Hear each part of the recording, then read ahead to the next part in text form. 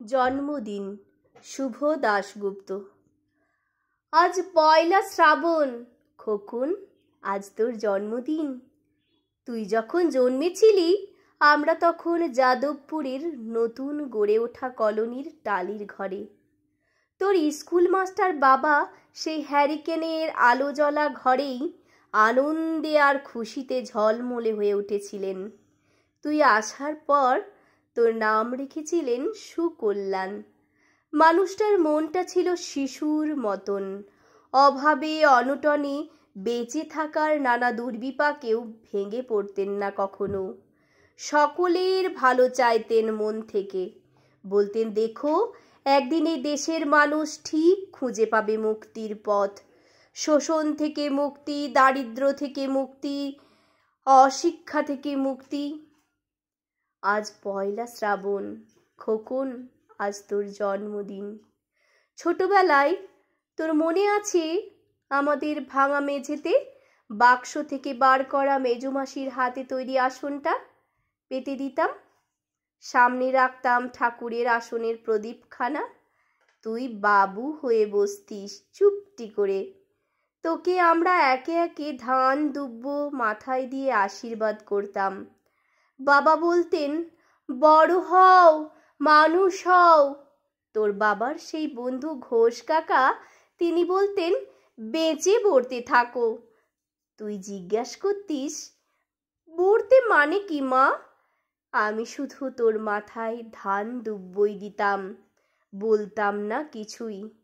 শুধু মনে মনে বলতাম ঠাকুর আমার খোকনকে মস্ত বড় মানুষ করে তোলো। আমার খোকন যেন সত্যিই মানুষ হয়, আমার খোকন যেন সত্যিই মানুষ হয়। ওর যেন কখনো কোনো বিপদ না হয় ঠাকুর। অভাবের সংসারে ওই একদিন পয়লা শ্রাবণ কষ্টের পয়সায় একটু বাড়তি দুধ নিতাম, পায়েস রান্না করে দিতাম তোকে। তুই খুব ভালোবাসতিস পায়েস খেতে। তোর বাবা বাস স্ট্যান্ডের দোকান থেকে নিয়ে আসতেন তোর প্রিয় মিষ্টি ছানার গজা। সামান্য স্কুল মাস্টারিতে কি বা আয় হতো, ঘরে বসে ছাত্র পড়িয়ে আসতো কিছু। দাও দাও অভাবের আগুনে সে রসদ পুড়তে সময় লাগতো না। তোর বাবার জামা সেলাই করতাম আর বারবার বলতাম আসছে মাসে একটা জামা বানিয়ে নিও। উনি হেসে উঠে বলতেন বাদ দাও তো, খোকন বড় হচ্ছে, ওর জন্য ভাবছি দুধ রাখতে হবে, আরও আজসের দুধ বাড়তি নিতে হবে। দুধে শক্তি বাড়ে, বুদ্ধি বাড়ে। শক্তি আর বুদ্ধি না হলে তোমার খোকন মস্ত বড় মানুষ হয়ে উঠবে কি করে? ভাবছি আরও দুটো টিউশনই নেব। ছাত্র পড়িয়ে পড়িয়ে মানুষটা দিনের শেষে ক্লান্ত হয়ে যেতেন। বারান্দার ধার ঘেঁষে যখন রাতের অন্ধকারে জোনাকির ব্যস্ততা আর ঘরে তোর পড়া মুখস্থ করার একটানা সুর আমাদের কলোনির ভাঙা চূড়া বাড়িটাকে জীবন্ত করে রাখত, তখন বলতেন আমায় খাওয়া দাওয়া একটু করো, তোমার চেহারাটা বড় ভেঙে পড়েছে দিন দিন। শাড়িটাও তো দেখছি বেশ ছিঁড়েছে, কালই আমি ফেরার পথে একটা শাড়ি নিয়ে আসবো, ধারেই আনবো। আমি বলতাম ধুর, সামনে খোকার উঁচু উঁচু ক্লাস, কত বইপত্তর কিনতে হবে, কত খরচ। উনি দীর্ঘশ্বাস ফেলে চুপ করে যেতেন। জোনাকিরা নিঃশব্দ অদৃশ্য আলোর আলপনা আঁকতে উঠোনের আগাছার ঝোপে। আবহ সঙ্গীতের মতো তুই ভেতরে বসে পড়া মুখস্থ করতিস। ইতিহাস, ভূগোল, গ্রামার।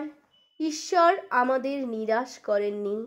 তুই কত বড় হলি, সব পরীক্ষায় কত ভালো ফল হলো তোর। বাবা বলতেন আরও পড়ো, উচ্চশিক্ষাই উচ্চ সম্মানের একমাত্র পথ। তুই আরও পড়লি, তারপর তোর চাকরি হলো কত বড় অফিসে। মনে আছে খোকা, প্রথম মাসের মাইনে হাতে পেয়েই তুই কত কি কিনে এনেছিলি? তখন তো আমরা উঠে এসেছি শ্যামবাজারে 2 কামরার বেশ সাজানো গোছানো বড় ফ্ল্যাট। তোর অফিস থেকেই তো দিয়েছিল সেই বাড়ি, সেই ঘর, সেই বেলকুনি। কত স্মৃতি, কত ছবি।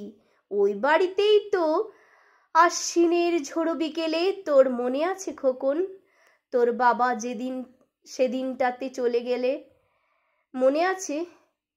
তুই বাবার বুকের ওপর পড়ে যখন কাঁদছিলে হাপুস নয়নে।